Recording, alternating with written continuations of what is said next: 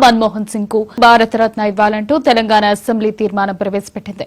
Telangana assembly ప్రత్యేక సమావేశాల సందర్భంగా మన్మోహన్ సింగ్ కు శాసనసభ సంతాపం తెలపగా ఈ సంతాపాన్ని సీఎం రేవంత్ రెడ్డి ప్రవేశపెట్టారు. దేశంలో ఆర్థిక సంస్కరణలకు తెచ్చిన రూప శిల్పిగా మన్మోహన్ సింగ్ పేరు చిరస్మరణీయం అవుతుందని సీఎం రేవంత్ రెడ్డి అన్నారు. ప్రత్యేక తెలంగాణ రాష్ట్ర ఏర్పాటు కోసం సహకరించిన మన్మోహన్ సింగ్ కు 4 కోట్ల తెలంగాణ ప్రజలు రుణపడి ఉంటారని అన్నారు. తెలంగాణ అసెంబ్లీ తరపున మన్మోహన్ సేవలకు కృతజ్ఞతలు చెబుతున్నట్లు రేవంత్ ప్రకటన చేశారు. దేశాన్ని ప్రపంచ స్థాయిలో మేటి దేశంగా నిలబెట్టేందుకు ఆయన చూపిన దార్శనికత, ఆయన చేసిన కృషిని అందరూ గుర్తించుకోవాలి, భావితరాలు స్మరించుకోవాలి.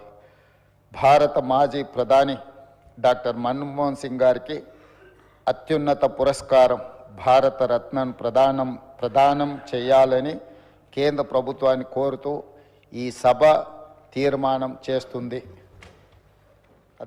వారితో తెలంగాణకున్న ఈ బంధము మనం ఎప్పటికీ మర్చిపోలేనిది.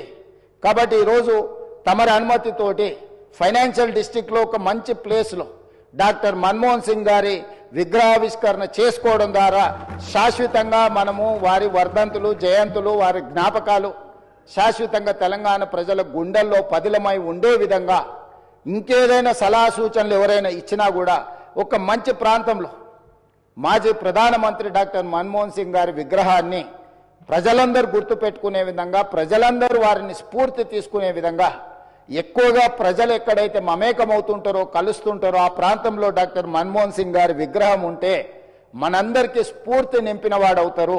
కాబట్టి ఈ సభలో ఒక నిర్ణయం తీసుకొని ఏ ప్రాంతంలో ఎక్కడ పెడితే బాగుంటుందో మనం తర్వాత అయినా చర్చించుకుందాం.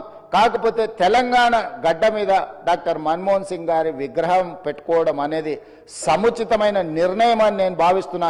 దానికి కూడా ఈ సభ ద్వారా ఆమోదం తెలపాల్సిందిగా సభ్యులందరినీ కోరుకుంటూ మీ దగ్గర సెలవు తీసుకుంటున్నాను అధ్యక్ష. ధన్యవాదాలు.